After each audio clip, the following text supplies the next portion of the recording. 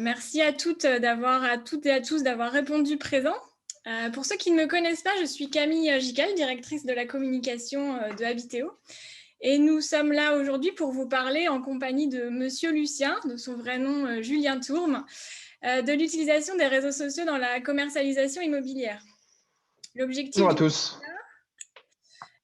c'est de vous apporter les clés et peut-être une vision plus claire des bénéfices des réseaux sociaux et des meilleures pratiques, et ce, de manière simple, de manière efficace et assez synthétique. Dans une minute, je vais laisser donc la parole à Julien, mais juste un mot pour évoquer la communication sur un nouveau projet immobilier.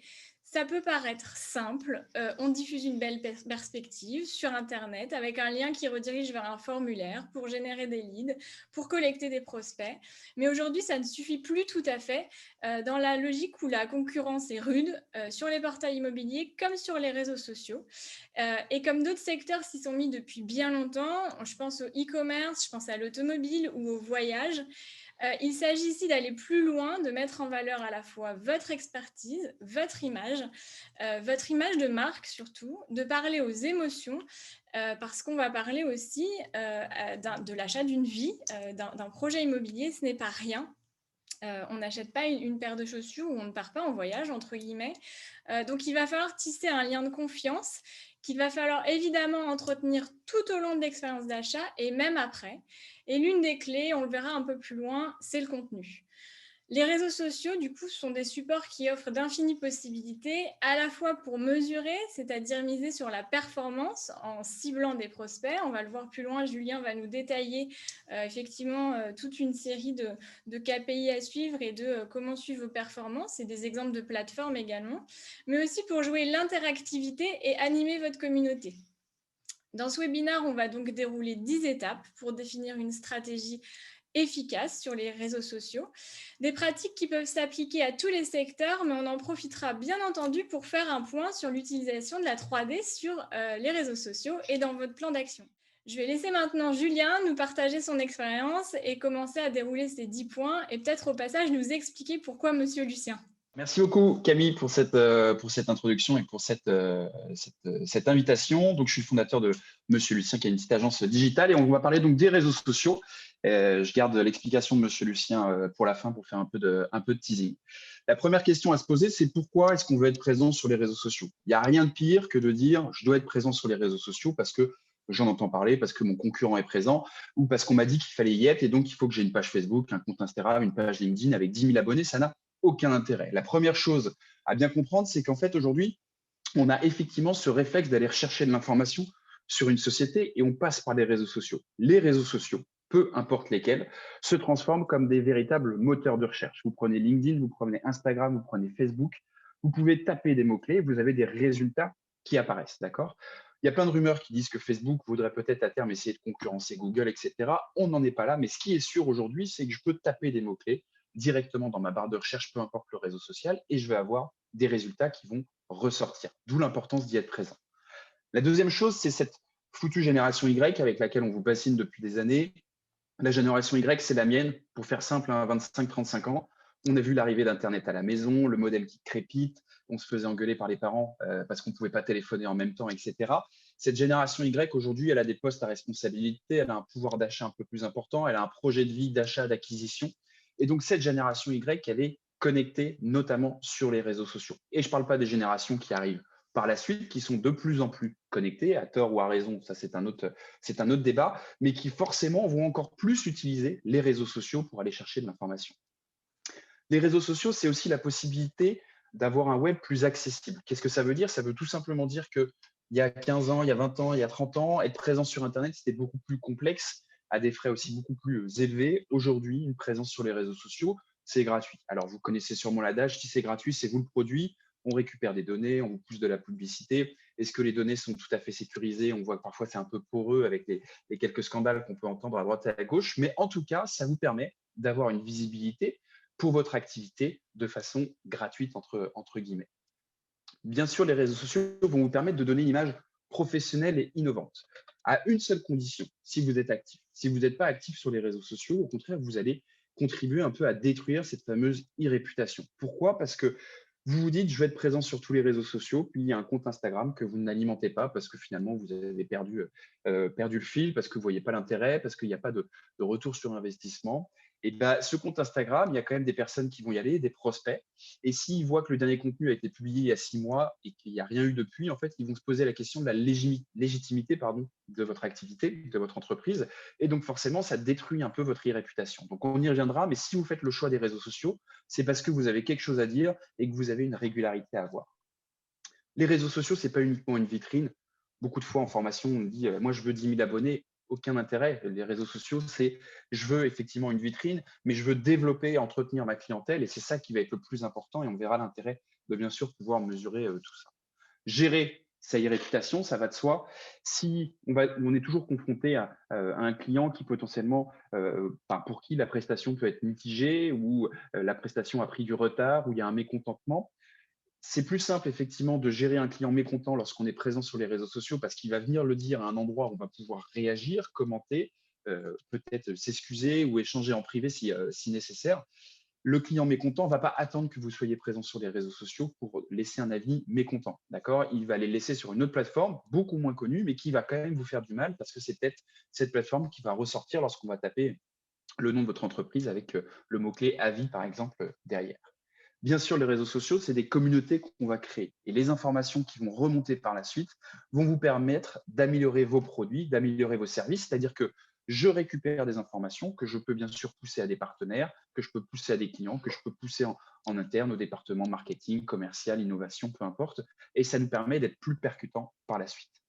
Bien sûr, les réseaux sociaux nous permettent d'être en veille sur tout ce qui va être actualité et tendance. Il y a beaucoup de choses sur les réseaux sociaux, donc ça nous permet d'être plus pertinent à ce sujet. Et ça va permettre de se projeter aussi dans son futur projet, tout simplement, qu'on va mener. Comme le disait Camille, on a 10 étapes pour définir une stratégie social media efficace. Et la première étape, incontestable, c'est de définir des objectifs. Alors, l'idée, c'est pas du tout de se positionner comme un professeur à l'école et de vous dire il y a une étape objectif et ensuite on déroule, mais effectivement, c'est un peu le b.a.-ba. J'insiste là-dessus, c'est-à-dire que si vous n'avez pas d'objectif clair, les actions que vous allez mener, vous n'allez pas pouvoir les mesurer et vous n'allez pas savoir qu'est-ce qui est pertinent, qu'est-ce qui permet de développer votre activité et qu'est-ce qu'il faut garder ou qu'est-ce qu'il faut éliminer. Pourquoi? Parce que les réseaux sociaux, ce n'est pas une science exacte. D'accord? Il faut tester, se planter, recommencer, voir ce qui fonctionne pas, analyser au fur et à mesure pour voir ce qui est le plus pertinent.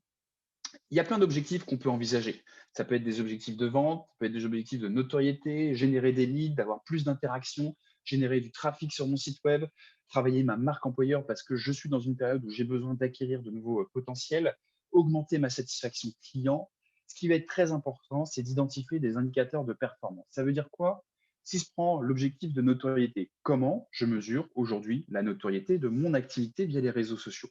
Il y a plein de choses, la couverture, la portée, l'impression, le taux d'engagement de mes publications. Et ça, c'est un suivi que je peux avoir de façon hebdomadaire, mensuelle ou trimestrielle.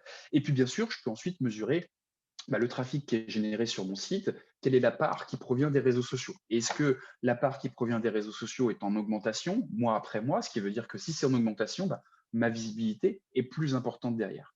Bien sûr, en termes de conversion, je peux aller chercher plus loin. Imaginons que j'ai un formulaire de prise de contact, de lead sur mon site internet, un formulaire, une page dédiée. Je suis en mesure de savoir sur 1000 personnes qui arrivent sur cette page, combien effectivement remplissent de formulaires de contact sur cette page-là et j'ai combien de conversions derrière. Et ces formulaires, je suis capable de savoir s'il y en a 5% qui proviennent de LinkedIn, 12 qui proviennent d'Instagram, 16 qui proviennent de Facebook, peu importe, mais tous ces indicateurs, je dois être en mesure de les déterminer en amont, d'être sûr d'y avoir accès, de les avoir bien paramétrés pour ensuite découler ma stratégie social media. La deuxième étape, bien sûr, assez basique, ça va être de définir vos cibles et leurs besoins. Ça veut dire quoi? C'est-à-dire que dans vos cibles, je ne vous fais pas un dessin, vous le savez bien, vous avez votre cible principale, votre cœur de cible, votre cible secondaire. Et sur les réseaux sociaux, on a tendance à parler de personas. Les personas, c'est quoi? Ce sont des fiches d'identité un peu fictives.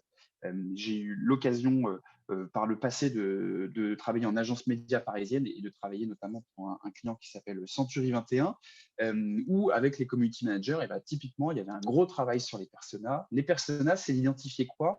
C'est d'identifier en fait cette fiche d'identité fictive et lui donner un âge, un sexe, une zone géographique, un statut marital, les professions, le loisir, les sites qu'il consulte, est-ce qu'il est adepte de son smartphone ou non, et bien sûr d'identifier leurs problématiques par rapport à votre secteur, d'accord? Si effectivement vous avez identifié une cible, c'est intéressant de travailler une fiche d'identité fictive, d'accord? Il s'appelle Julien, il a 34 ans, il a 2 enfants, il habite à Nantes et sa région, il est passionné par le sport, par l'entrepreneuriat. Sa problématique au quotidien, c'est quoi par rapport à l'immobilier? C'est qu'en fait, il est perdu dans toute la technicité du monde de l'immobilier, il a l'impression de se faire arnaquer, etc. J'en sais rien, ça c'est à vous de déterminer ça et de déterminer plusieurs personas. L'idée, c'est quoi? C'est de se dire quand vous allez publier du contenu sur vos réseaux sociaux, être sûr qu'à chaque fois que le contenu que vous allez publier, il va correspondre à Julien, il va correspondre à Michel qui a 50 ans, il va correspondre à Martine qui en a 48 et qui a un statut un peu différent,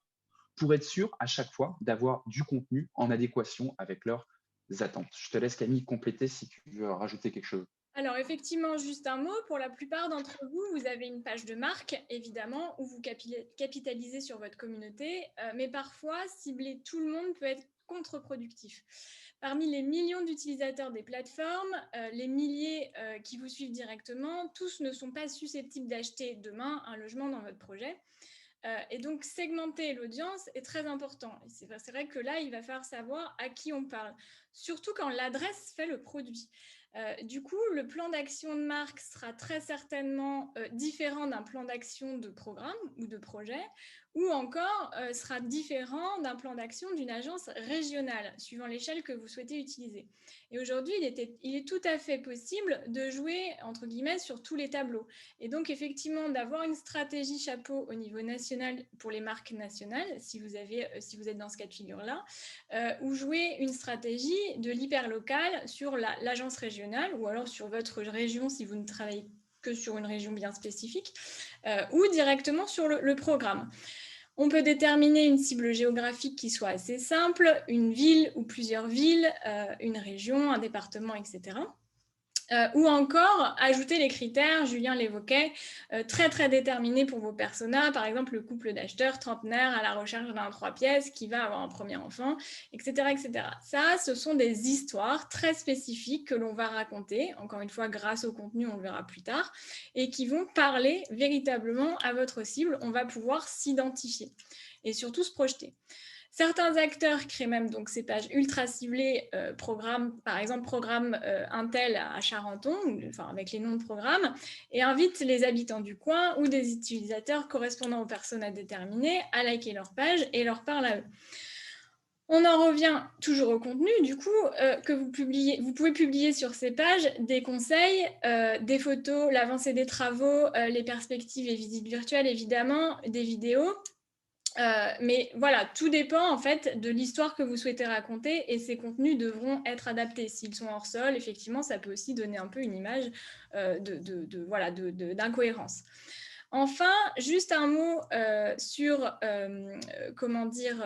les agents immobiliers qui là-dessus ont pris beaucoup d'avance, spécialement aux États-Unis, où on en reparlera un tout petit peu plus loin, mais on a vraiment un ciblage et on parle à des personas, on est presque dans un dialogue individuel.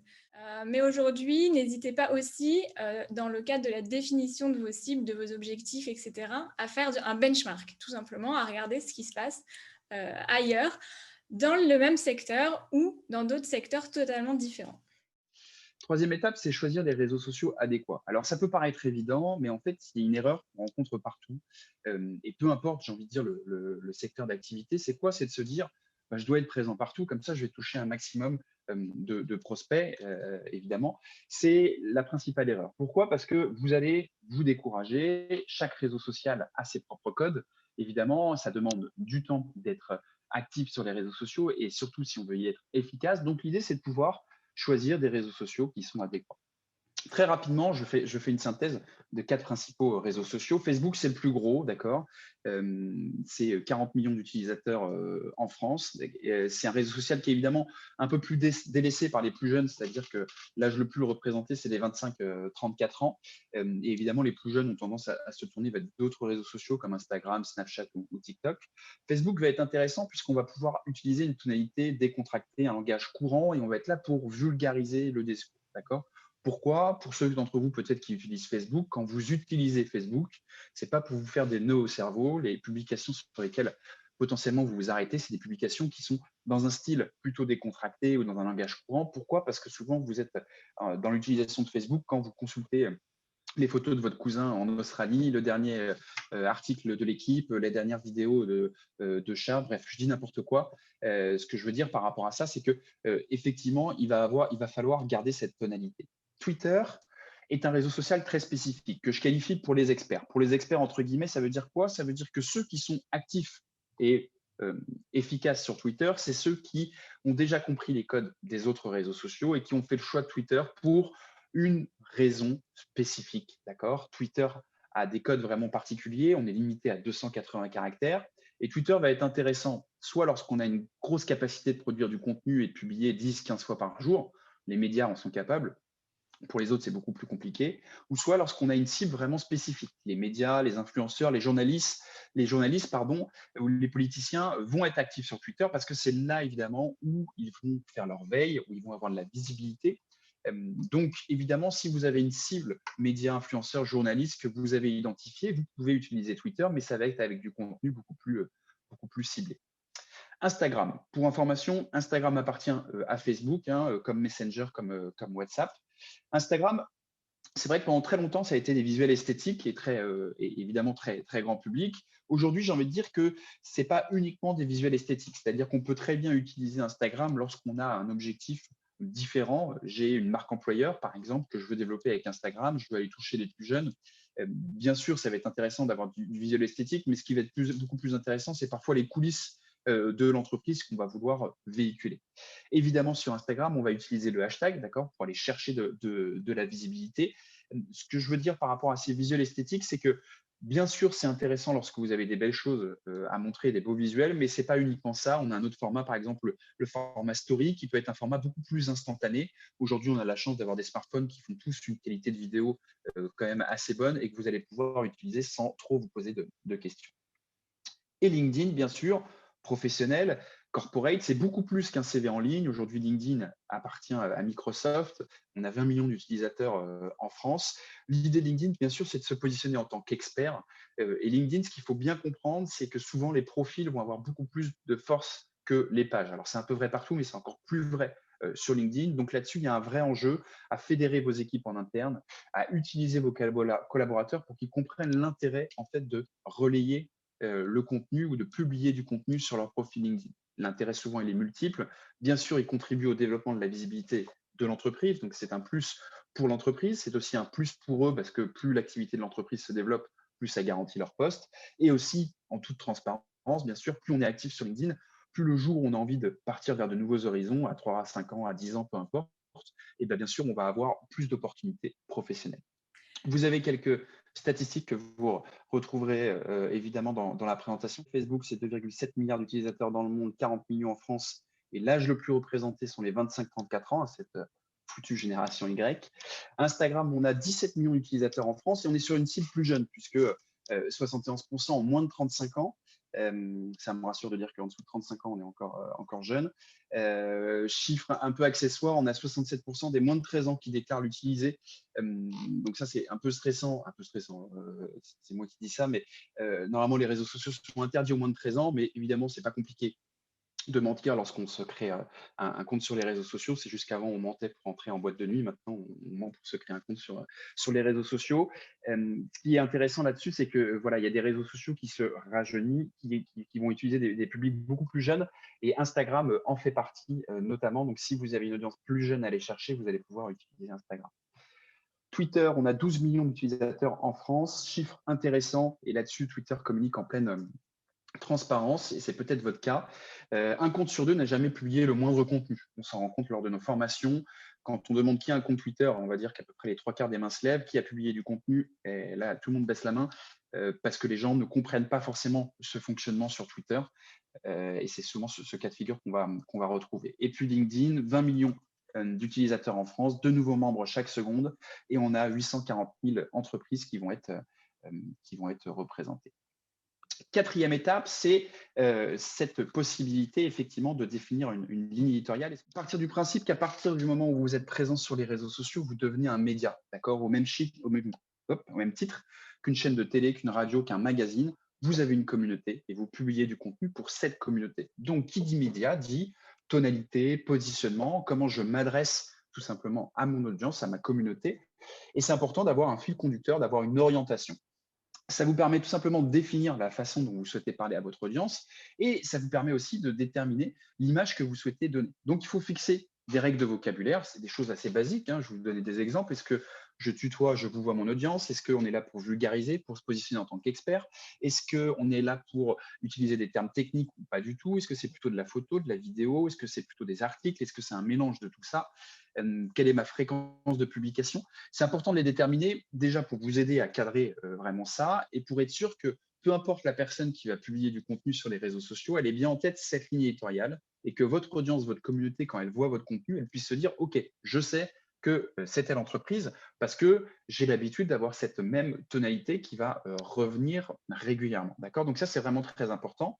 Il y a un petit exercice qu'on aime faire, nous, en formation et que je vous partage, c'est tout simplement, si vous n'avez pas de ligne éditoriale ou si vous voulez la retravailler, c'est vous poser la question, si on devait avoir une célébrité, peu importe le secteur, peu importe le domaine, si on devait avoir une célébrité qui représente notre activité sur les réseaux sociaux, on aimerait que ce soit qui?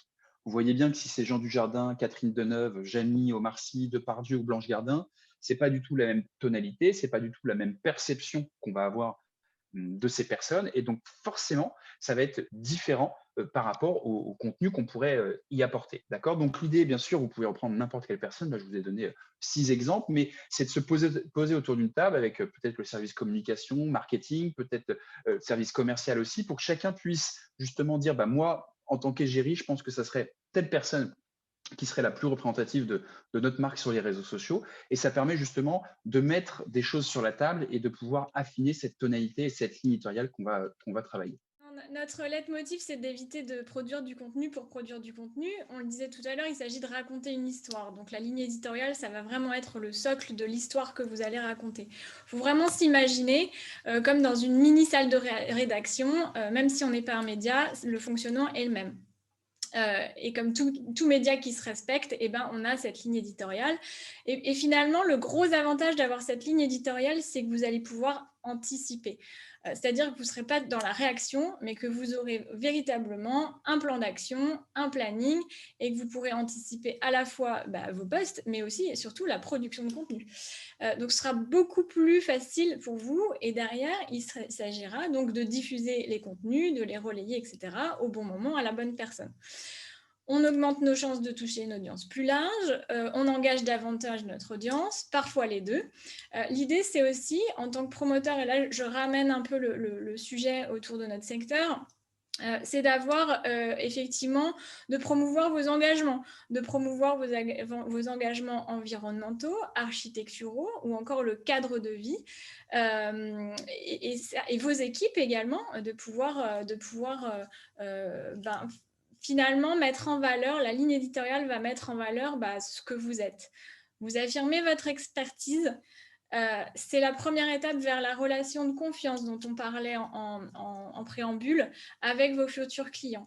Et finalement, c'est un vrai cercle vertueux entre les réseaux sociaux dont on parle aujourd'hui, mais aussi plein d'autres choses que sont les portails immobiliers, la bulle de vente, votre propre site internet, etc., qui pourront aussi faire l'objet d'autres webinars.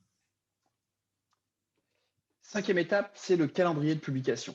Le calendrier de publication permet d'avoir de la visibilité et d'anticiper. Pourquoi? Parce qu'on s'est tous retrouvés dans ce cas de figure de se dire j'ai rien publié depuis 3 semaines, je veux publier le jour J, je ne sais pas quoi publier, tiens, il y a eu cette actu, hop, je mets un lien, je publie. Résultat des courses, 0 like, ou alors, pour nous faire plaisir, on a un collaborateur qui a liké pour ne pas nous laisser tout seul. L'idée, c'est de pouvoir anticiper absolument les contenus que vous allez relayer sur vos réseaux sociaux pour avoir de la visibilité. Chez Monsieur Lucien, on a tendance à dire qu'il faut toujours avoir un mois d'avance de contenu qui est prêt pour vos réseaux sociaux. Ça permet de vous dégager l'esprit et ça vous permet en fait d'être beaucoup plus pertinent parce qu'on sait très bien que la publication instinctive le jour même, elle a à 90% du temps, elle va le faire malheureusement un flop. Le calendrier de publication, alors le calendrier de publication, vous pouvez utiliser des outils assez basiques, hein, un tableau Excel, mais ça peut être aussi des outils de gestion de projet comme Trello, comme Notion, comme vous le souhaitez. Et ce calendrier de publication, il peut aussi être utile pour alimenter d'autres outils, comme votre site internet, votre blog, vos newsletters, peu importe, vous pouvez aussi les intégrer dedans. Dans ce calendrier de publication, qu'est-ce qu'on met? Dans un premier temps, on met tous les événements nationaux ou internationaux à forte visibilité. Alors pour ça, je vous invite à consulter le calendrier éditorial qui est proposé par exemple par le blog du modérateur et Swello. Je vais vous lire quelques événements, c'est peut-être un peu petit sur votre écran, mais typiquement, ce calendrier éditorial, il est fait tous les ans et il liste tous les événements à forte visibilité au niveau international ou international. Si on prend le mois de mai, évidemment, on a la fête du travail.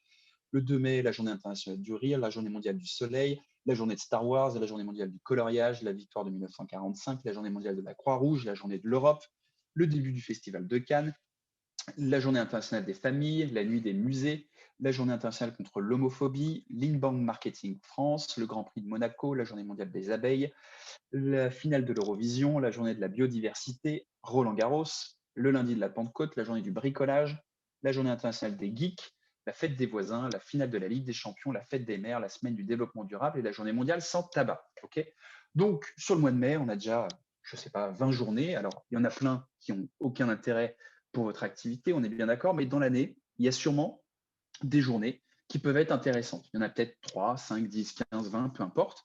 C'est important de les identifier, ces journées. Pourquoi c'est important de les identifier? Parce que ces journées, tout simplement, lorsque on va avoir, je dis n'importe quoi, la fête des voisins, bah forcément, dans les médias, à la radio, à la télé, il va y avoir de l'actu par rapport à ça et on va en entendre parler. D'accord?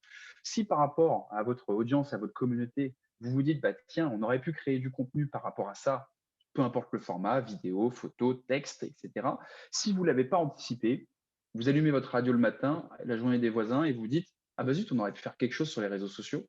C'est trop tard. Vous allez créer un contenu sur vos réseaux sociaux. Au mieux, vous allez faire un petit visuel, etc., avec une photo libre de droit que vous allez retrouver. Impact presque zéro parce qu'effectivement, bah, ce n'est pas vraiment travaillé, ça ne nécessite pas beaucoup d'interaction et donc forcément, ça va créer pas de la déception, mais les gens ne vont pas avoir envie beaucoup d'interagir là-dessus.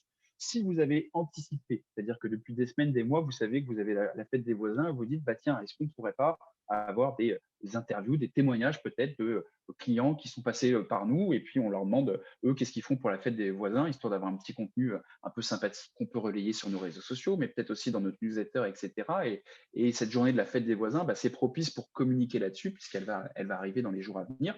Là, c'est beaucoup plus pertinent et vous avez beaucoup plus de chances d'avoir des interactions. Donc, dans un premier temps, ce calendrier de publication, positionner ces événements à forte visibilité au niveau national, voire international, et sélectionner certains où vous allez pouvoir anticiper la création de contenu. Une fois que vous avez positionné ces événements à l'année, j'ai envie de dire, ou ces actualités, vous pouvez positionner vos propres actualités ou vos propres événements. Il y a des salons, en ce moment, bien sûr, c'est compliqué.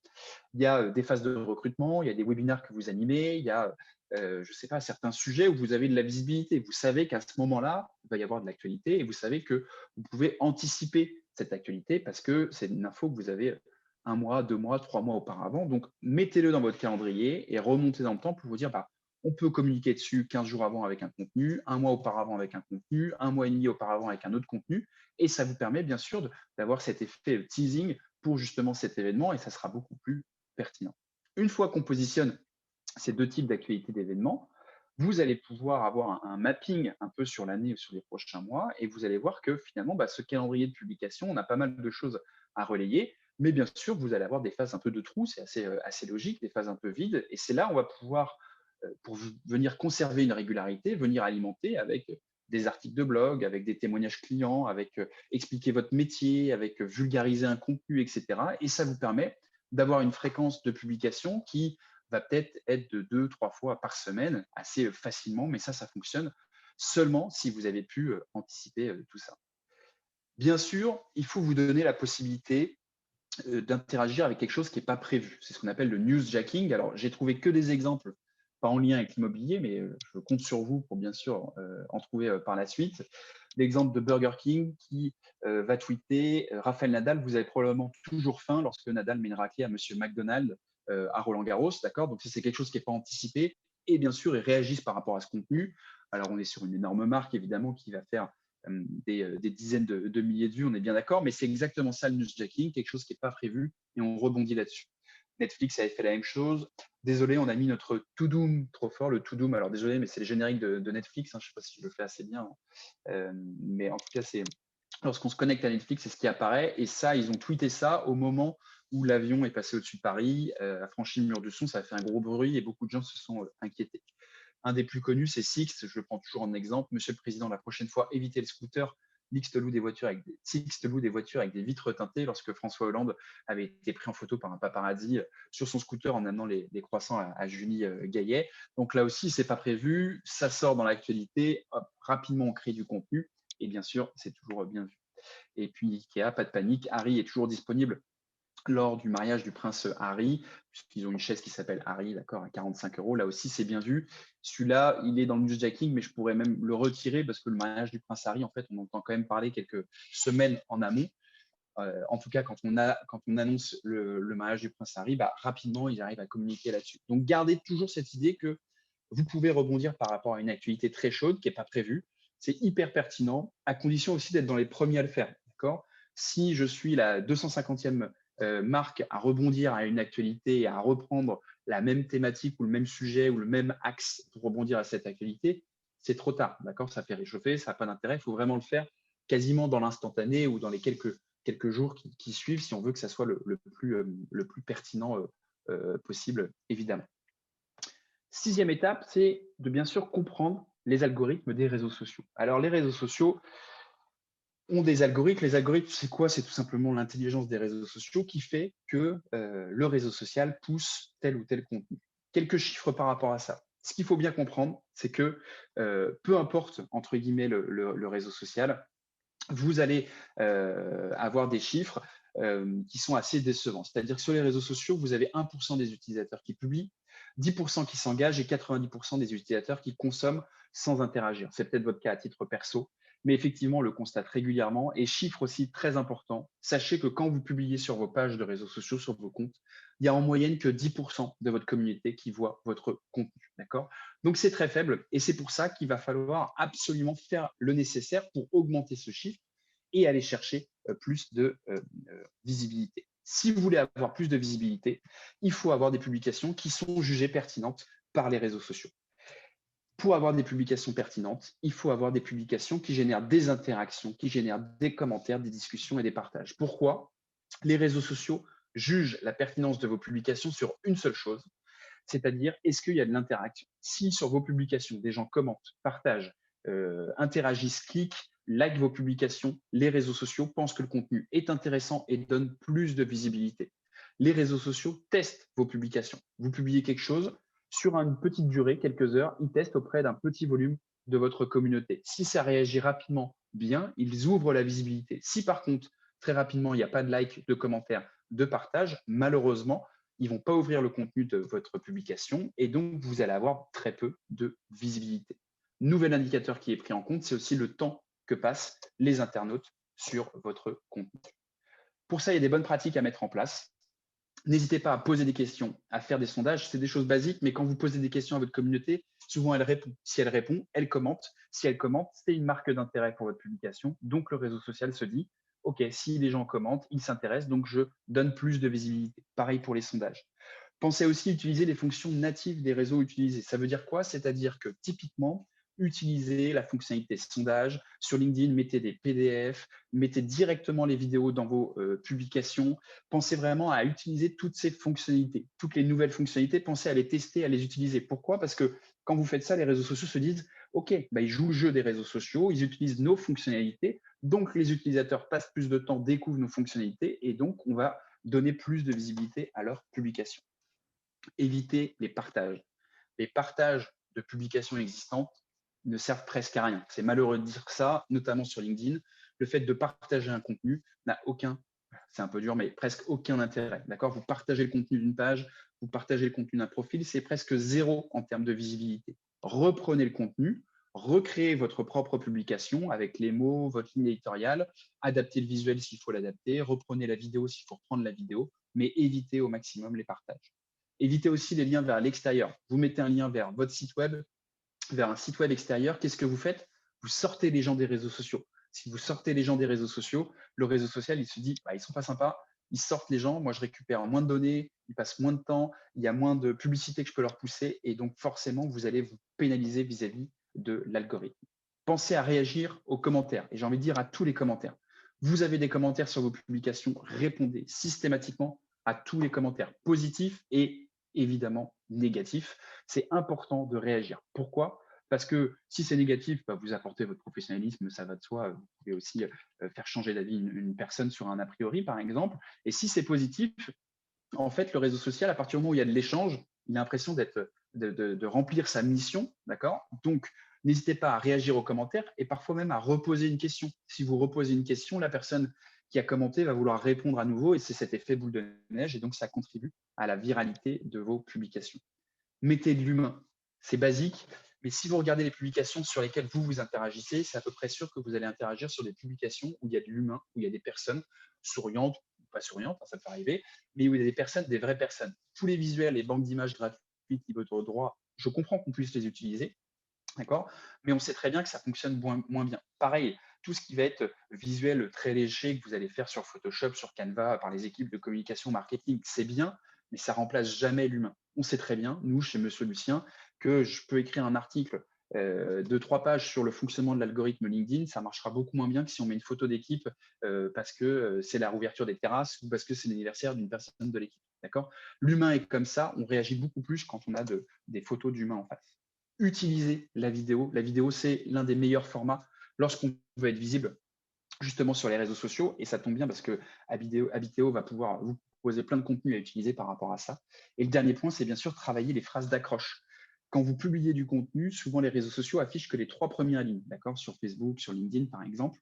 Donc ces phrases d'accroche, elles doivent être très pertinentes et elles doivent inciter l'internaute à cliquer et en savoir plus sur votre contenu, d'accord. Donc ça, c'est vraiment important de travailler ces phrases d'accroche. Effectivement, sur la partie répondre aux commentaires, on en parlera un tout petit peu plus loin. Et puis sur la partie, effectivement, générer de l'engagement, nous, on essaye effectivement d'appliquer ce qu'on conseille. Donc, ça passe par des sondages, ça passe par des questions, des infographies, etc. Donc, de la même manière, n'hésitez pas à réagir sur d'autres marques, sur d'autres réseaux sociaux aussi pour qu'on voit votre marque. Et puis, les commentaires sont très, très importants. Justement, sur la vidéo, on va passer sur la partie produire et relayer du contenu impactant. Julien, je te laisse peut-être dire un mot pour commencer. Et puis ensuite, Ouais, on va détailler un certain nombre d'exemples sur différents réseaux sociaux et un certain nombre de supports 3D qui vont vous permettre aujourd'hui de communiquer sur ces réseaux-là. effectivement, produire du contenu, et c'est souvent bien sympa de dire ça, mais qu'est-ce qu'on produit en termes de contenu? C'est le nerf de la guerre, le contenu. Je vous ai listé quelques idées de contenu qu'on peut bien sûr mettre en avant les collaborateurs, les métiers de la promotion immobilière, tous les recrutements que vous allez avoir, tous les témoignages clients que vous pouvez récupérer, toutes les actualités sur le secteur de l'immobilier neuf. Tout ça, c'est des choses que vous pouvez mettre en avant, tous les nouveaux programmes, les opérations et bien sûr tous les contenus innovants. Je vais laisser Camille revenir dessus. En gros, dès que vous avez une actualité, dès que vous avez quelque chose, ça veut dire que vous avez matière à communiquer dessus. J'ai envie de dire que même la moindre réunion d'équipe au sein de votre entreprise est une matière à communiquer sur des réseaux sociaux. Alors, bien sûr, attention, on ne va pas communiquer que sur toutes vos réunions d'entreprise, ça n'a pas d'intérêt. Mais en gros, dès que vous avez un sujet évoqué au sein de votre structure, de votre entreprise, souvent, c'est de la matière pour vos réseaux sociaux. Et c'est important, effectivement, de pouvoir produire ce contenu pour avoir un maximum d'interaction et de visibilité sur vos réseaux sociaux. Ça peut aussi être l'inscription à des webinars, bien évidemment, tout ce qui va être avant-première, du contenu en avant-première, c'est très recherché sur les réseaux sociaux. Et c'est ce que je disais aussi, tout ce qui est imprévu, inattendu, il se passe quelque chose, c'était pas prévu, mais on relaie sur les réseaux sociaux, ça va être très pertinent, bien sûr, pour votre communauté. Sur la partie effectivement Facebook, l'avantage de Facebook, c'est que ça permet une grande diversité de formats possibles. La vidéo et l'image sont des contenus rois. Donc en fait, pour émerger sur Facebook, on utilise de la vidéo, de l'image, évidemment des contenus 3D, de la perspective jusqu'à mettre en avant, comme on le voit sur l'exemple, les collaborateurs, des plans 3D, etc. Et on peut être, en fait, pour émerger sur Facebook, à la fois très rigoureux dans le planning, on en parlait tout à l'heure sur le calendrier de publication et sur la ligne éditoriale, mais aussi très créatif. C'est-à-dire qu'il faut aussi se démarquer, il faut aussi attirer l'œil et inciter les internautes à interagir et à rester sur votre contenu. L'autre aspect très important sur ces réseaux-là, c'est de passer maître dans l'art des hashtags et des emojis pour aussi, alors sur la partie hashtag, c'est effectivement de se positionner sur des sujets, sur des trends, et la partie emoji, c'est effectivement pour illustrer le propos et attirer l'œil. L'objectif aussi, c'est de varier les plaisirs. On ne poste pas toujours la même chose. On varie un peu les formats, les tons, les types de contenus, etc. Instagram, finalement, c'est ce cultissime slogan de Paris Match qui disait « le poids des mots, le choc des photos ». Ça n'a jamais été aussi vrai sur Instagram. Par extension sur Pinterest, mais on en parlera moins ce matin. C'est le réseau social de l'image par excellence. A fortiori dans l'immobilier neuf, à part concernant les photos, à part des bulles de vente ou des chantiers, si on n'utilise pas de 3D ou de réalité virtuelle, on n'a finalement pas grand-chose à montrer et c'est pas gagné. Mais on a un formidable outil à disposition qui est la réalité virtuelle et la 3D. Et comme la communication passe par l'image et que là, on est clairement pour faire du beau, finalement, on donne vie au programme avec de belles vues aériennes de drones où la maquette 3D aura été intégrée. On présente en vidéo l'entrée du futur projet immobilier ou le cœur d'îlot végétalisé pour ne citer que ces exemples-là. On peut aussi montrer en images, enfin en tout cas en perspective ou en vidéo, des vues, des terrasses avec la vue, finalement la future vue réelle que l'on aura, avec un coucher de soleil par exemple. Bref, on est là pour parler aux émotions, pour se projeter, pour générer un coup de cœur. On a d'autres formats sur ces réseaux sociaux-là qui sont les stories, dont on va aussi moins parler aujourd'hui, mais si vous avez des questions, on reste à votre disposition. C'est des formats qui sont un peu différents, qui sont éphémères, qui vont durer, qui vont être publiés juste un certain laps de temps, mais qui sont tout aussi impactants et donc à ne pas négliger. Twitter demande, comme le disait Julien un peu précédemment, un peu plus de dextérité parce qu'on va imposer, le réseau social va imposer des règles qui lui sont propres, 280 caractères, c'est très compliqué de résumer des choses en 280 caractères. Des formats bien à Louis, et tweeter et retweeter parfois est devenu un art. Finalement, sur Twitter, on peut accumuler, contrairement aux autres réseaux sociaux, on peut accumuler des partages et des contenus. C'est pas un retour sur investissement qui est évident de prime abord, mais ça participe à construire votre image de marque, ça c'est indéniable. Donc là encore, des exemples où on voit des infographies, des visuels un peu travaillés ou alors des perspectives brutes. Sur LinkedIn, il faut vraiment sortir de ce carcan ou de cet a priori où ce n'est pas qu'un CV en ligne. Au-delà de l'aspect marketing personnel dont on parlait tout à l'heure, on peut utiliser sur LinkedIn finalement les mêmes contenus que sur Facebook pour avoir une bonne image de marque, mais aussi pour permettre de prendre de la hauteur. C'est vraiment là aussi où on va parler avec des contenus corporate, des contenus qui ont trait à la marque employeur, qui vont parler potentiellement à vos futurs collaborateurs, ceux que vous cherchez à recruter, qui vont aussi parler à vos équipes et qui vont finalement participer à avoir une véritable fierté d'appartenir et de participer à un vrai projet d'entreprise. Donc finalement, on n'est pas que sur du personal branding, on est aussi sur du marketing voilà, un peu plus corporate, un peu plus marque employeur. Ça peut être se positionner, comme on le voit ici, par rapport au calendrier sur des journées mondiales de la Terre. Ça peut être aussi publier des portfolios de projets, des plans 3D, des vidéos, etc. parce que ça fait partie de votre ADN de marque. Et ça peut être aussi des contenus très, très, très techniques sur, effectivement, les parties financement, les parties... plutôt technologique comme le BIM, votre perception des choses, là, vous pouvez vraiment prendre la parole. On peut même envisager des tribunes sur LinkedIn. Donc, vraiment, soyez plutôt créatifs. Je vous propose ensuite de parler sur quelques use cases très spécifiques à l'utilisation des outils 3D sur les réseaux sociaux. Le Facebook 360, que l'on propose chez Habiteo depuis quelques temps déjà, permet finalement d'ajouter une corde à votre arc avec un format qui utilise la fonction native, comme l'expliquait Julien tout à l'heure, du réseau social et qui est particulièrement adapté à l'immobilier. Donc c'est assez simple, c'est une image qui est mise à plat, donc vous ne pouvez pas le faire avec n'importe quelle image, c'est vraiment assez spécifique, qui est mise à plat, qui est reconnue instantanément par Facebook quand vous l'uploadez et qui permet finalement, quand vous prenez votre téléphone, voilà, de faire votre visite virtuelle directement sur votre téléphone. Il y a un petit effet waouh, c'est toujours très sympa. On peut finalement montrer qu'un 360, pour le coup, ce n'est pas une visite virtuelle, donc on ne se promène pas dans la totalité du logement. Mais voilà, on est sur du contenu instantané, du contenu assez spontané et qui a un petit effet waouh. Donc vraiment, pensez à utiliser cette fonctionnalité qui est proposée de Facebook 360 avec cette fonction native proposée par le réseau social. Juste un point, comme son nom l'indique, c'est un format qui est très spécifique à Facebook. Les mini vidéos social médias, donc c'est un peu l'avant-première d'aujourd'hui.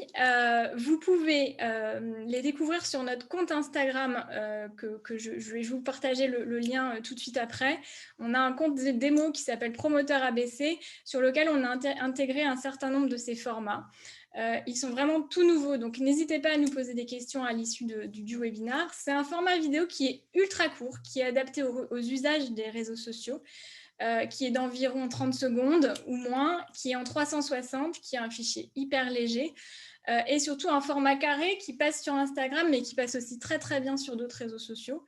C'est efficace pour diffuser par exemple un hotspot piéton, une vue piétonne de l'intérieur du cœur d'îlot ou alors de l'entrée de la résidence ou des parties communes. Ça, c'est vraiment au choix par rapport à votre ligne éditoriale. Une visite virtuelle 3D ou encore une vue de drone issue du méga widget, on en parlera un peu plus tard, et c'est la bulle de vente 100% digitale, et voilà, on peut vraiment adapter selon les contenus que vous souhaitez pousser. Ensuite, on va avoir effectivement les perspectives issues des visites virtuelles. C'est un booster qu'on a mis en place également il y a quelques temps chez Habiteo pour vous permettre d'augmenter votre banque de perspectives et alimenter vos campagnes sur les réseaux sociaux et redynamiser votre contenu, mais ça à budget maîtrisé. Par exemple, vous pouvez réaliser grâce à ces visuels-là des A/B tests sur vos campagnes payantes ou encore renouveler les visuels sur votre site internet ou sur les portails immobiliers. C'est très simple à mettre en place et voilà, ça vous permet aujourd'hui d'avoir une véritable banque d'images. Ensuite, la partie animation 3D, on le précisait, la vidéo est très très importante sur les réseaux sociaux et parfois négligée parce qu'elle a une image d'être compliquée à réaliser, chère à produire, etc. etc. Pourtant, c'est une efficacité redoutable. C'est adoré par les algorithmes, on le disait tout à l'heure, et particulièrement efficace pour capter l'attention des utilisateurs, pour toujours présenter un nouveau programme, fidéliser et engager, créer un effet waouh, puisque là, on est vraiment sur un film d'animation 3D, et qui permet aussi d'illustrer un certain nombre de vos contenus. Donc, vous avez un film d'animation qui est pensé comme un véritable petit court-métrage. C'est vivant, animé, ça intègre de la vie et on peut se projeter ainsi, non pas dans un projet immobilier, hein, même si c'est le but, mais un futur lieu de vie. Donc, bien au-delà du logement, de jour, de nuit, dans la rue, à l'intérieur, etc. Un petit bonus, il y a juste avant, un petit bonus, c'est effectivement les événements physiques. On le parlait, n'hésitez pas à communiquer sur les réseaux sociaux sur vos événements. Aujourd'hui, c'est très facile avec un iPhone de filmer un lancement de programme, de filmer l'intérieur de votre bulle de vente ou même une opération Habiteo Truck, puisque certains d'entre vous le savent déjà et ont déjà fait des opérations avec Habiteo Truck. L'engagement est très très large autour des événements et ça rajoute encore une palette d'outils et surtout ça humanise énormément la communication. Dernière chose, il semble que dans tous ces contenus-là, même si on parle d'un sujet très sérieux comme l'achat immobilier, une touche d'humour est toujours la bienvenue. Donc vraiment, misez sur l'ensemble des points qu'on vous détaille ce matin pour vraiment avoir un package total d'une bonne stratégie sur les réseaux sociaux. Ce qui est très important, pour clôturer là-dessus, sur le contenu, c'est qu'on dit souvent sur les réseaux sociaux, parler de ce que vous faites, mais surtout des personnes avec qui vous le faites et pourquoi vous le faites. D'accord ? C'est important, bien sûr, de parler quelle est votre expertise, mais vous pouvez parler sur tellement d'autres choses qui va être encore plus intéressantes sur votre communauté, qui va vous suivre pas uniquement pour votre activité, mais avec qui vous travaillez et comment vous travaillez. 8e étape, c'est bien sûr de s'organiser et de planifier. Pourquoi ? Parce que les réseaux sociaux sont très chronophages. On veut y passer 5 minutes et puis on tombe sur une vidéo de petit chat et puis etc. Et puis on passe 45 minutes. Il y a des outils qui vous permettent de vous organiser et de planifier. Un des outils les plus utilisés, Canva évidemment, vous permet de créer des visuels et des designs vraiment actuels, qui va être très intéressant parce que très facile de prise en main. Swello, vous utilisez peut-être déjà d'autres plateformes comme Buffer, Hootsuite, Agora Plus, et un outil qui vous permet, une plateforme qui vous permet de synchroniser vos réseaux sociaux à un seul endroit, de programmer votre contenu depuis cette plateforme. D'accord, vous créez un compte sur Swello, je rédige mon contenu et je l'envoie sur Instagram, sur Twitter, sur LinkedIn, sur Facebook, et je peux programmer mes diffusions de contenu à un seul endroit. D'autres outils, évidemment, comme Habiteo, ça je pense que vous l'avez compris pour tout ce qui va être solution 3D. Et puis évidemment, vous aurez aussi ImmoAdvisor pour tout ce qui est solution d'avis client spécialisée dans l'immobilier. Et ça vous permet bien sûr de maîtriser votre e-réputation. C'est très important de bien maîtriser votre e-réputation, notamment en répondant aux commentaires, en allant chercher des avis, en répondant aux avis, etc. Neuvième étape, tester la publicité. Il y a un professionnel de la pub qui s'appelle Joseph Degnaud, un professionnel de la pub en France sur Facebook et sur Instagram, qui dit très clairement no pay, no play. Ça veut dire quoi? Ça veut dire qu'aujourd'hui, si vous n'avez pas un budget publicitaire sur vos réseaux sociaux, c'est très compliqué de réussir à atteindre vos objectifs. Je ne dis pas que c'est impossible, c'est juste que effectivement, les réseaux sociaux, l'algorithme fait que si on veut un moment avoir de la visibilité, il faut passer par cette case payante. Ça ne veut pas dire utiliser des budgets faramineux et toute l'année, ça peut être uniquement sur des actions spécifiques, mais la publicité vous permet de faire énormément de choses. Dans un premier temps, vous déterminez bien sûr votre audience. Vous pouvez cibler par zone géographique, par âge, par langue parlée, par poste, par centre d'intérêt en fonction des réseaux sociaux. Et vous allez pouvoir distribuer votre contenu comme vous le souhaitez, définir différents contenus, tester différentes audiences et bien sûr avoir un budget qui sera dédié et qui ne sera jamais dépassé. On peut même aller plus loin, puisque avec cette notion de pixel ou d'inside tag, ce qui est une ligne de code qu'on intègre par exemple sur votre site web, on est capable de faire du retargeting, c'est-à-dire qu'on va retoucher des personnes qui sont venues par exemple sur votre site web, on va retoucher des personnes qui sont venues sur une page spécifique de votre site web ou qui ont réalisé une action spécifique de votre site web. L'exemple le plus basique, vous allez sur un site consulter une paire de chaussures, vous allez sur Instagram, comme par hasard, c'est la chaussure en question qui vous est repoussée. On peut faire exactement la même chose, peu importe votre site web. Et puis, on peut aussi travailler des audiences similaires, c'est-à-dire que les réseaux sociaux connaissent mieux vos utilisateurs que vous-même et sont capables d'aller chercher des personnes qui ne connaissent pas, par exemple, votre marque ou votre site web, et ils sont capables d'aller chercher des personnes qui ne la connaissent pas, mais qui ont les mêmes caractéristiques que ceux qui la connaissent. D'accord? Donc, c'est ça qui va être très intéressant. Et on peut travailler sur des campagnes de pub là-dessus. Campagne de pub là-dessus, on ne fait pas de campagne de pub en dessous de 15 jours. Il faut à peu près une semaine pour que les réseaux sociaux comprennent comment fonctionne et qui interagit avec vos campagnes de pub. Donc, ça n'a pas trop d'intérêt en dessous de 15 jours, surtout quand on ne connaît pas trop son audience. Et puis, puisqu'on me pose souvent la question, considérer qu'il faut un minimum de budget, c'est-à-dire de 10, 15 euros par jour minimum par campagne si on veut avoir des premiers résultats. Et bien sûr, la campagne de pub vous permet aussi d'analyser clairement vos résultats. Je suis capable de savoir combien de personnes ont cliqué sur ma campagne de pub, sont allées sur mon site, ont rempli un formulaire de contact de génération de leads, par exemple. Donc, tout de suite, je peux mesurer mon retour sur investissement. 10e étape, bien sûr, c'est de gérer votre e-réputation. Donc ça va être très important. Gérer votre e-réputation, j'en ai parlé tout à l'heure, mais c'est important de réaxer là-dessus. Modérez, répondez à tous les commentaires que vous allez avoir sur vos publications. Vous pouvez aussi identifier et répondre à des publications, d'accord? Vous pouvez identifier des personnes dans vos publications pour qu'ils viennent interagir rapidement auprès de ces contenus. Et bien sûr, vous allez pouvoir aussi communiquer sur certaines publications pour qu'ils viennent tout de suite la découvrir. Enfin, incitez vos clients à laisser des avis. Ça se fait très bien, surtout avec les clients avec qui ça se passe très bien. Pensez à demander à vos clients de laisser des avis sur votre fiche Google My Business, sur votre page Facebook, peu importe, mais pensez à laisser des avis parce que ça va venir valoriser tout simplement votre professionnalisme. Enfin, gardez un comportement approprié. Je reprends toujours ce tweet qui a été fait il y a quelques années. Julie qui mettait logique de la SNCF, plus la file d'attente est longue, plus on ferme de guichets. SNCF Info qui répondait: bonsoir Julie, notre file d'attente est-elle aussi longue que la distance qui sépare tes deux sourcils? Effectivement, alors il se trouve que c'était un faux compte SNCF, mais ça, personne ne le savait. Un petit malin qui avait pris ce compte SNCF avec le logo, il a fallu plusieurs années avant que la SNCF fasse fermer ce compte. Faites attention, on a un commentaire négatif, on ne répond pas à chaud, on attend 24 heures avant de répondre, d'accord? Mais gardez vraiment votre ligne éditoriale, gardez un comportement toujours approprié parce que ça peut aller très vite sur les réseaux sociaux. Et on a quelques questions, Julien, sur la partie précédente. Le budget campagne de pub dont tu parlais de 10-15 € par jour, est-ce que ça concerne tous les réseaux sociaux? Oui, c'est à peu près tous les réseaux sociaux. Alors, typiquement, Facebook, Instagram, on peut faire des campagnes à partir d'1 €. Sur LinkedIn, c'est minimum 10 €. On n'aura pas le choix. Mais effectivement, des campagnes à 1 € par jour, aucun intérêt. D'accord, vraiment aucun intérêt. Quand Facebook vous envoie ses pop-up pour vous dire vous pourrez toucher 40 000 personnes en mettant 5 € sur une publication, pas d'intérêt. Il faut que ce soit fait sur une stratégie beaucoup plus globale. Et c'est minimum 10-15 € par jour par campagne. D'accord, donc si j'ai différentes audiences, si j'ai différents contenus potentiellement, il va falloir augmenter ce budget en considération. S'il y a des logiciels ou applications simples pour réaliser des mini-vidéos, des mini-montages.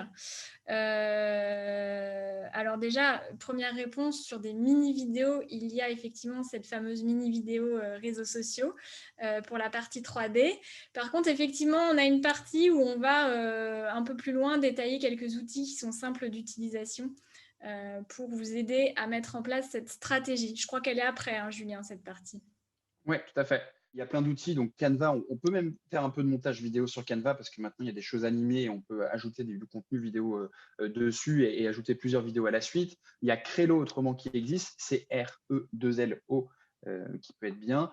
Il y a, en fonction, un iMovie ou Adobe Premiere, pardon, peut être simple d'utilisation. Alors, quand je dis simple, si on n'a aucune compétence, évidemment, dans le graphisme, le web design ou la vidéo, il faut évidemment y passer du temps. Il y a une autre question avant qu'on passe à la suite. Quels outils de social listening on conseille? Moi, j'ai pas de recommandations là-dessus. Alors, les plus connus, je pense, vont être du Agora Pulse, du Media Tools. Mais là-dessus, j'ai pas de recommandations. C'est vraiment pour les grosses plateformes, on va utiliser ça. Metricools aussi est pas mal. Mais voilà, j'ai aucune recommandation. Voilà, en fonction, c'est vous, votre affinité, entre guillemets, avec la plateforme. Mais bon, effectivement, quand on a mis en place une ligne éditoriale, quand on a toute cette palette de contenu, l'équipe en place, le plan d'action, etc., il faut analyser, mesurer les résultats et prévoir des actions correctives ou alors renforcer certaines actions qui fonctionnent très bien. Pensez à mesurer vos résultats. On n'investit pas, je dis n'importe quoi, 1000, 3000 € en publicité pour se dire bon, bah voilà, là, ma pub elle part, mais je ne sais pas trop auprès de qui. L'avantage, c'est qu'on peut vraiment analyser les résultats. Et j'ai envie de dire, peu importe, que ce soit en publicité ou non. Pour ça, bien sûr, il faut revenir à nos indicateurs performance que j'avais définis en amont lorsque je parlais des objectifs.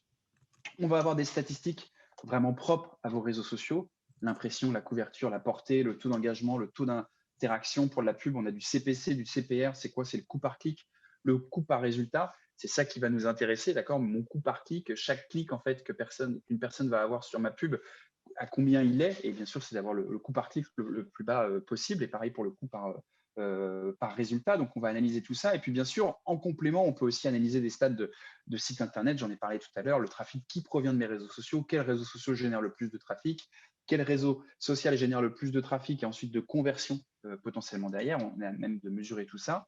On a aussi des liens UTM, comme qui est proposé par Google, ou des tracking avec un lien comme Bitly. Ça vous permet quoi? Alors, les liens UTM vous permettent vraiment de savoir d'où provient votre trafic sur votre site Internet, de vraiment analyser ça. Et les liens Bitly, ça vous permet tout simplement de communiquer sur des liens pour lesquels vous n'avez pas forcément accès aux statistiques. Je dis n'importe quoi. Vous voulez communiquer sur le fait qu'il y a un article très intéressant qui a été fait par tel site Internet, vous voulez le mettre en avant, mais vous n'avez pas accès aux stats de ce site web, évidemment. Vous pouvez créer un lien Bitly et ça vous permettra d'avoir des statistiques sur combien de personnes ont cliqué dessus, donc de mesurer un peu plus l'intérêt que peut montrer votre audience par rapport à ce contenu. Pensez aussi à comparer par rapport à des périodes précédentes en fonction potentiellement de saisonnalité qu'on peut avoir, mais aussi parce qu'on sait que parfois on peut avoir des comportements différents en fonction des saisons, en fonction des actualités. Là, contexte Covid, il y a peut-être effectivement des choses à comparer par rapport à une autre période précédente, mais c'est peut-être pas tout à fait logique puisque les années d'avant étaient complètement différentes aussi en termes d'actualité. En fait, c'était les 10 points, mais on a mis 2 points bonus parce qu'on est un peu taquin. C'est ça, Ça, c'est mon petit côté, ce qu'on appelle putaclic. Désolé pour le terme, mais on communique sur 10 points. Alors, en fait, il y en a 12. C'est juste un argument marketing pour que vous ayez envie de vous inscrire, parce que 12, c'est quand même un peu moins sexy. L'idée, bien sûr, c'est que par rapport à d'autres outils, il y a plein d'autres outils qui sont tendances, nouveaux, moins nouveaux, mais qui sont intéressants d'utiliser. Euh, Parce que, en fait, c'est intéressant de tester de nouvelles plateformes, de nouveaux contenus, de nouvelles fonctionnalités. D'une part, parce que ça vous permet de développer votre stratégie, votre visibilité. Ça permet aussi de vous démarquer par rapport à de nouveaux concurrents.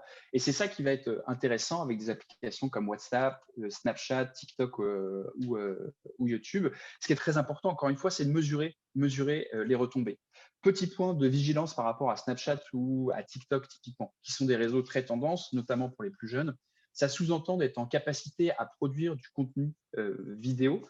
Donc, ça sous-entend peut-être un investissement interne, peut-être le fait de faire appel à un professionnel ou d'utiliser peut-être du contenu déjà produit par Abideo, à voir ce qu'il est possible de faire. Ce qui est sûr, c'est que on peut tester en fait sur ces plateformes, d'accord. Ça peut être évidemment intéressant. Ce qui est intéressant aussi avec par exemple TikTok, c'est qu'on a moins ce besoin de publier régulièrement du contenu comme sur les autres plateformes, par exemple. Ce qui peut être intéressant sur WhatsApp, c'est que vous pouvez aussi utiliser un WhatsApp business, d'accord, avec des listes de diffusion, ce qui permet d'envoyer un contenu à des centaines de personnes en même temps, comme si vous envoyiez un contenu en one-to-one, d'accord, et pas d'avoir un groupe de discussion, ce qui serait juste ingérable. J'imagine que vous faites partie de groupes WhatsApp aussi, et quand il y a trop de personnes et trop d'échanges, c'est impossible. Donc, avec le WhatsApp Business, on a la possibilité d'envoyer une liste de diffusion, et ça serait peut-être justement l'occasion de communiquer via des liens Abiteo. Et je te laisse je te fais la transition, je te laisse la main, Camille. Merci. Alors, sur la partie effectivement WhatsApp, et notamment là, je vais faire un zoom sur le méga widget. L'innovation, c'est souvent associé à un processus R&D, mais pas que.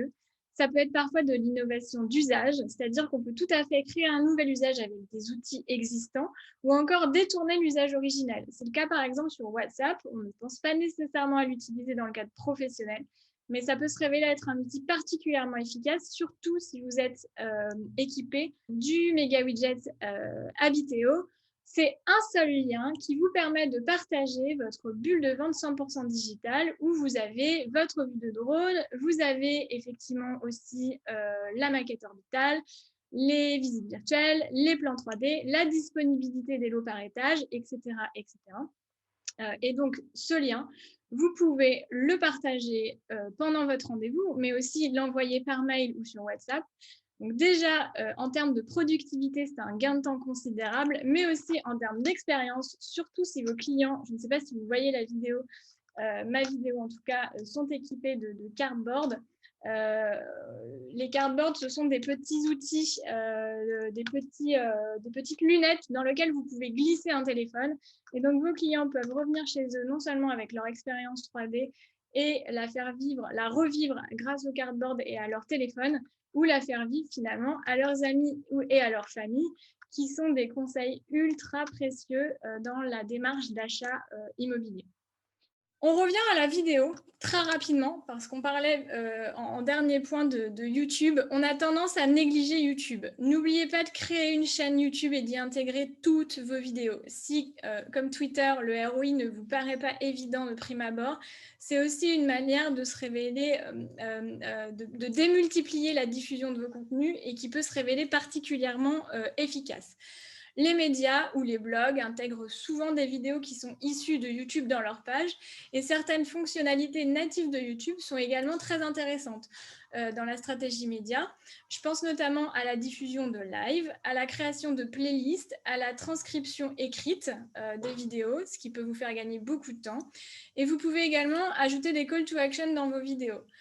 La manière de décrire la vidéo, ce sera aussi très important de ne pas oublier d'ajouter une description. Et ça, c'est exactement la même manière que sur les autres réseaux sociaux. On va utiliser des mots-clés, on va utiliser des titres et des phrases impactantes, voire même des emojis.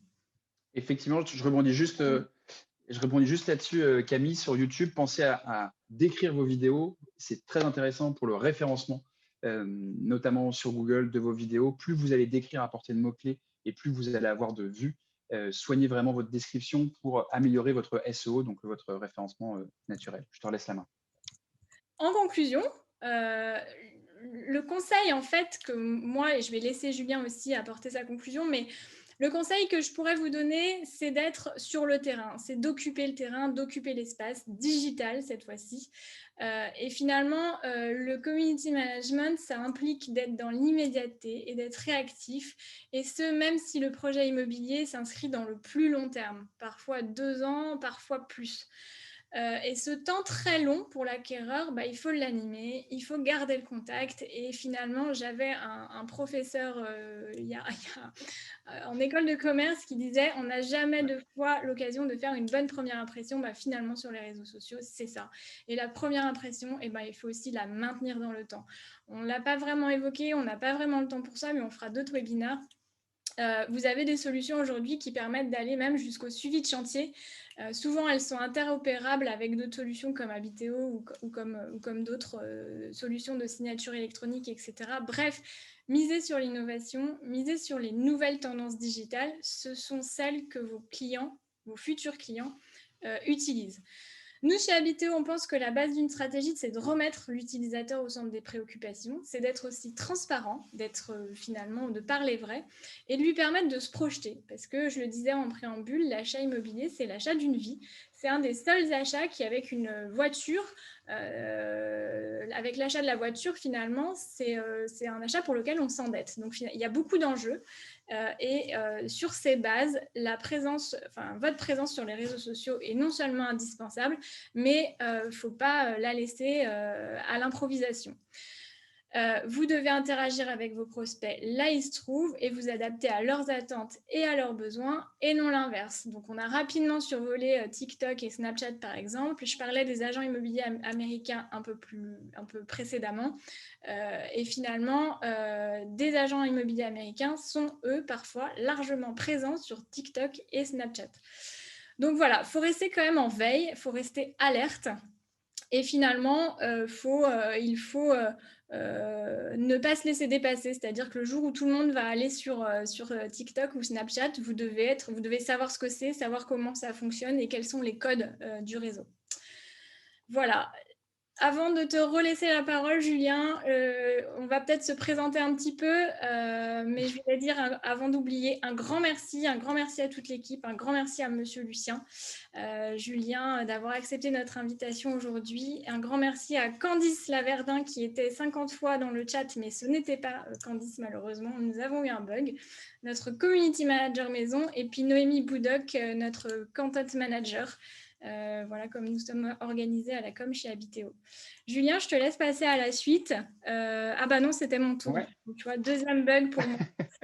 Pour ceux qui ne nous connaissent pas, mais je pense que beaucoup de monde nous connaissent parmi vous. Habiteo, c'est quoi? C'est créer une expérience client 100% digitale. C'est un parcours de vente qui est le méga widget 100% digital que l'on peut intégrer sur les portails immobiliers, sur votre site internet, partagé par WhatsApp ou diffusé sur les réseaux sociaux. C'est vraiment très très simple d'utilisation. Surtout les éléments 3D, nous les produisons de manière à ce que, quel que soit le volume, quels que soient les délais, on fournit en tout cas une qualité qui est très haute et constante et un budget qui est somme toute assez maîtrisé. Si vous avez des questions sur cette partie-là, n'hésitez pas à nous contacter sur notre site internet. Nous avons un chatbot et un formulaire.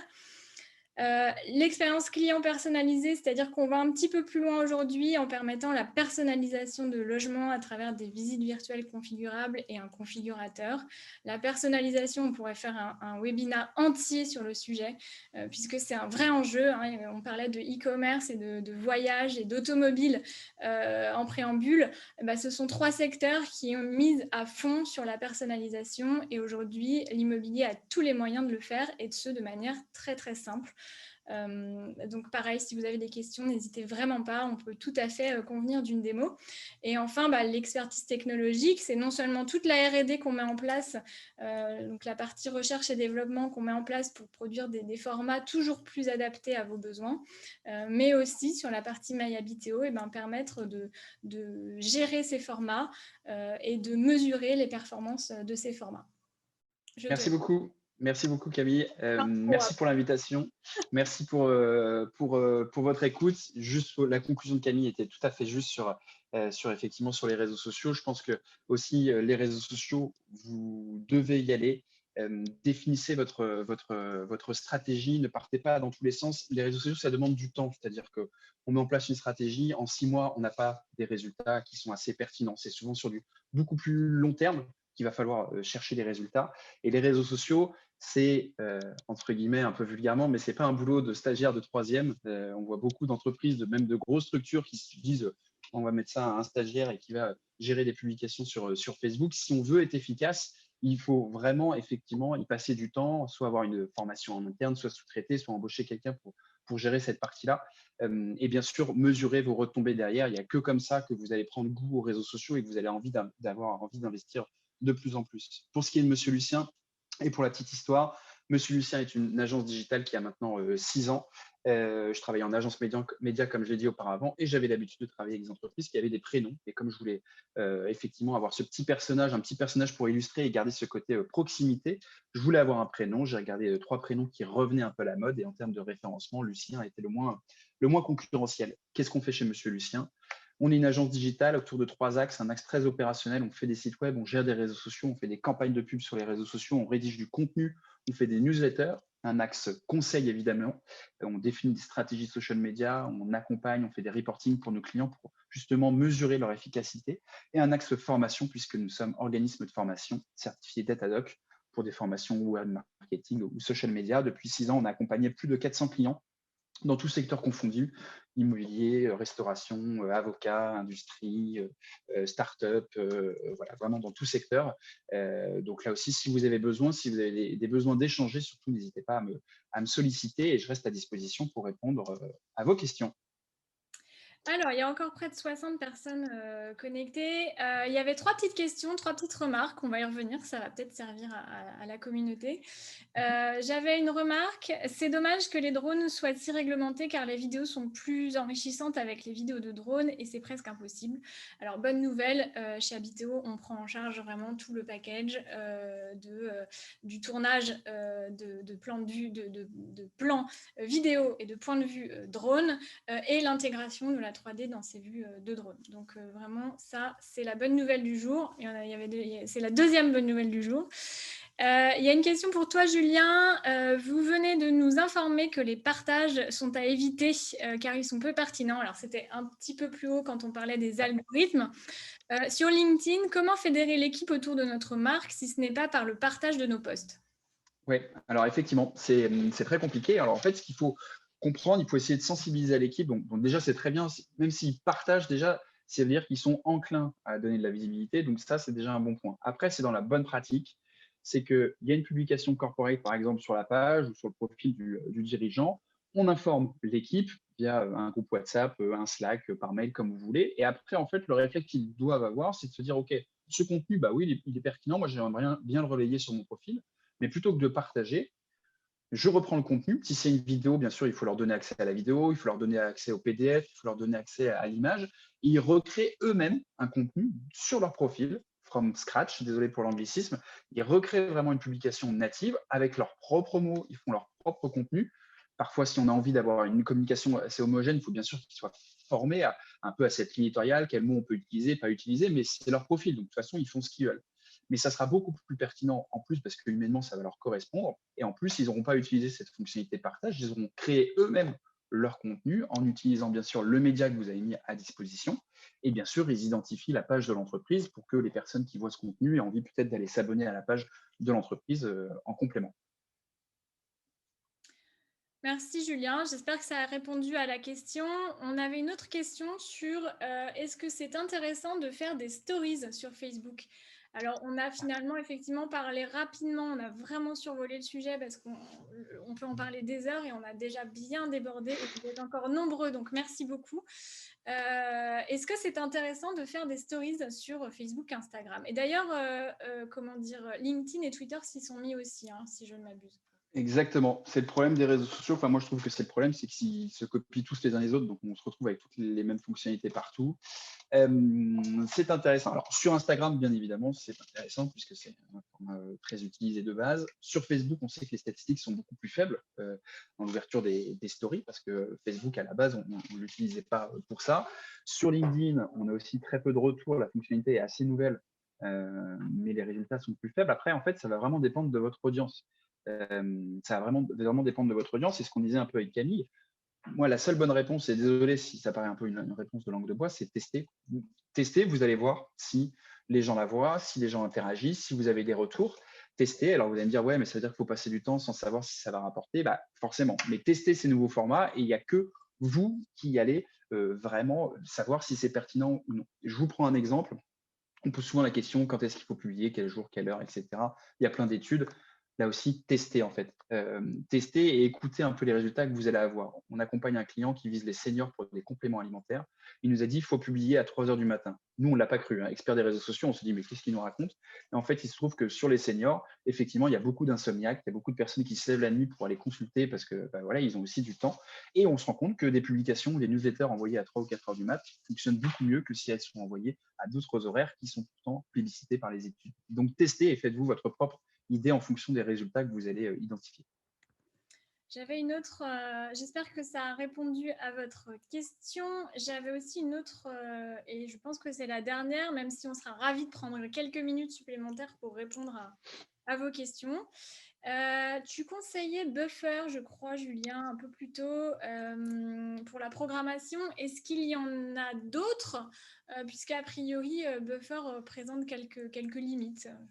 Ouais, alors moi, celui qu'on recommande le plus, c'est Swello, parce que c'est une startup, enfin une startup qui a déjà quelques années, mais qui est française et super simple d'utilisation, donc SWE2LO. Mais il y a Buffer aussi qui est très connu, qui est américain. Il y a Hootsuite, Hootsuite, qui est aussi très utilisé. Voilà, nous on a un petit coup de cœur pour Swello parce que voilà, parce que c'est made in France et que la plateforme tourne très bien. Voilà, après c'est un peu libre à vous. Vous pouvez en tester quelques-unes et voir s'il y en a une dont l'ergonomie répond mieux. Swello, en tout cas, c'est sûr que c'est la plus simple de prise en main. Alors, de mon côté, je n'ai plus de questions.